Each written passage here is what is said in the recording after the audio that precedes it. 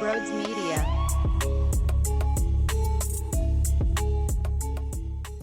Yo, what's going on, everybody? I have not realized how long it's been since we checked in on the Fly Guys here on Brodes Media. November 17th. That makes me sick to my stomach. I apologize. I get comments all the time. Brodes, what'd you forget about the orange and black? Come on, man. Come on. That's in my blood. Don't you ever. I sometimes, though, have the tendency to go strictly birds for a little bit because, well, we're on a Super Bowl journey, right? So I understand the power behind the Eagles winning on a week-to-week basis. But shame on me. November 17th, that's just way too damn long ago. I mean, I looked at what they've done since we talked. A 3-2 loss to the Colorado Avalanche at home. I was in the building for that game. They got dominated the whole entire time. And then with a couple minutes to go, they had one of their late surges. When you get blown out and dominated for 56 minutes of action, you're not going to win, especially against a powerhouse like Colorado. They lost 4-1 to the Carolina Hurricanes at home. They look deadly. They look like a serious champion. So, okay, those couple of uh-ohs happened.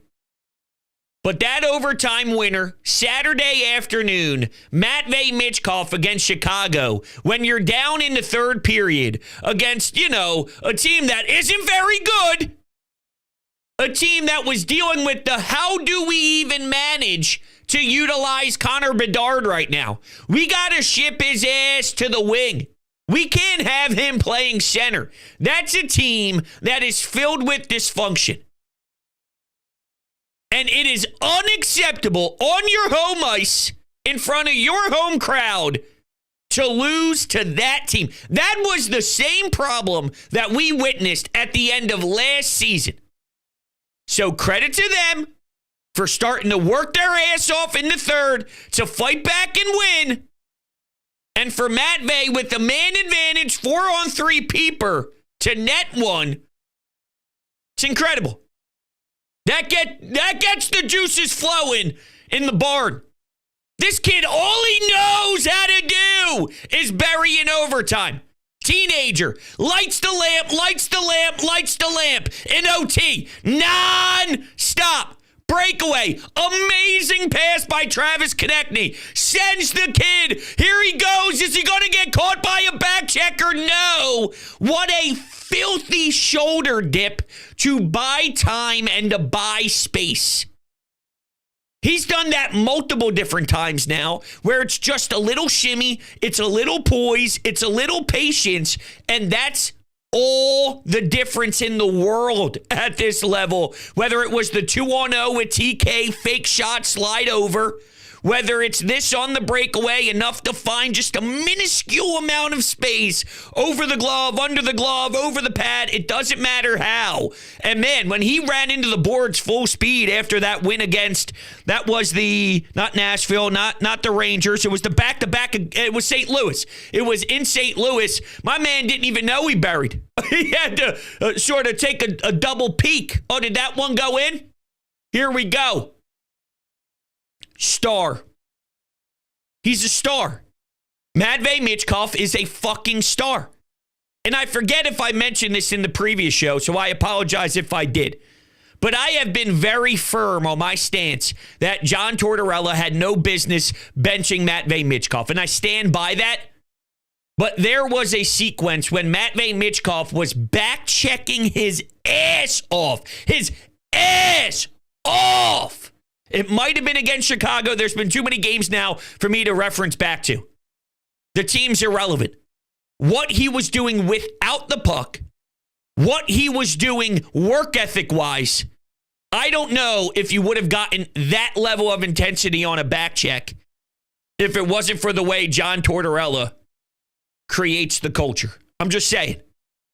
So it's not about, because my stance was always Michkov would score without being in the press box. I agree with that.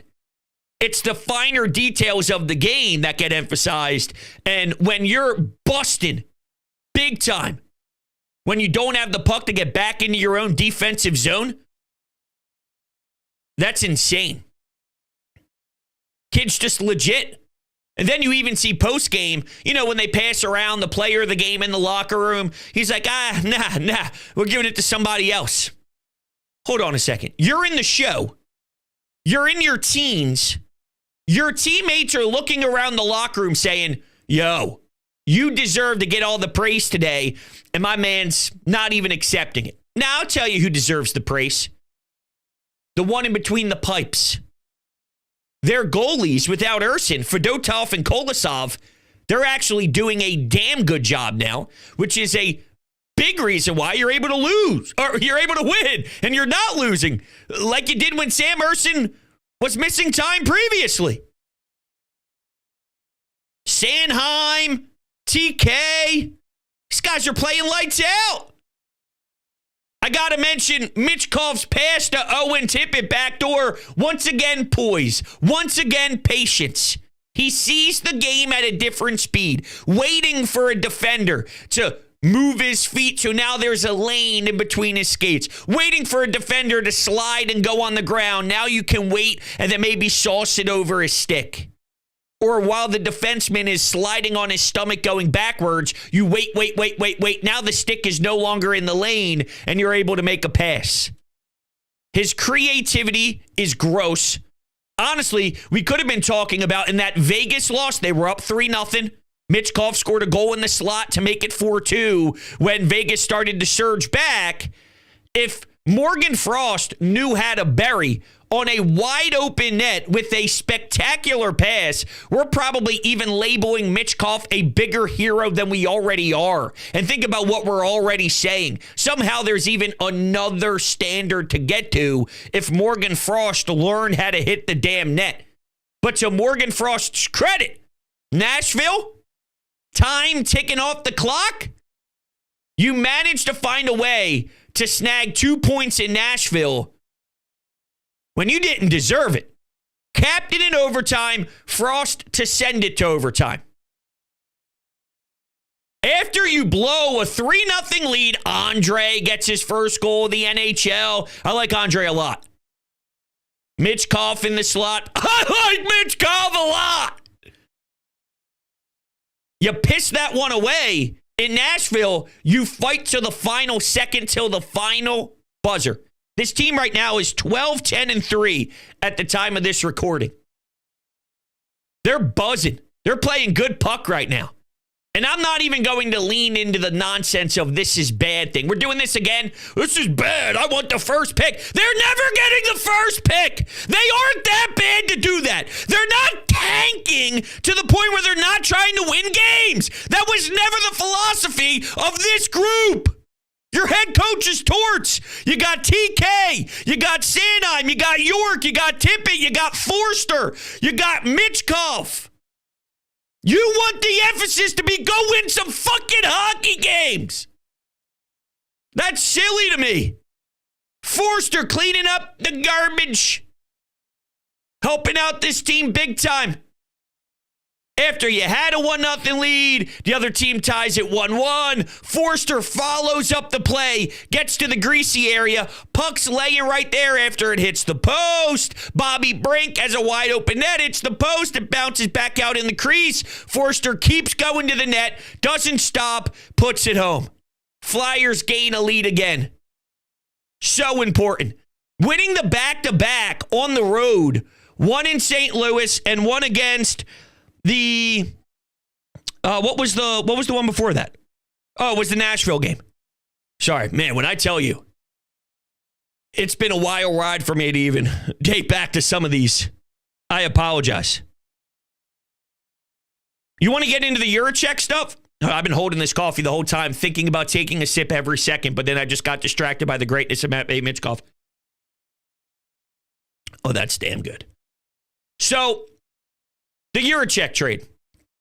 If you're unfamiliar, Columbus Blue Jackets, first round pick, 6th overall, defenseman. He's on the move. He ends up going to Minnesota. Frank Saravalli and a lot of others around the league said that, yes, the Philadelphia Flyers were checking in. They were one of the teams.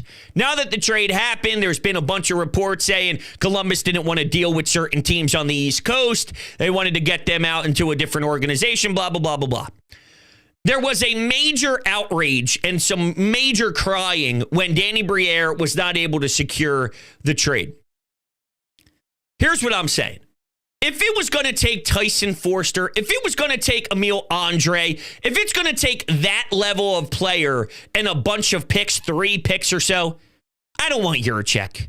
He better be a number 1 steady 25 to 30 minute a night absolute fucking stud, insane level of D-man for that to happen. If he's just another guy that's, sort of a second line pair guy that's okay, and then that's not worth it. I'm not trading Tyson Forster for that.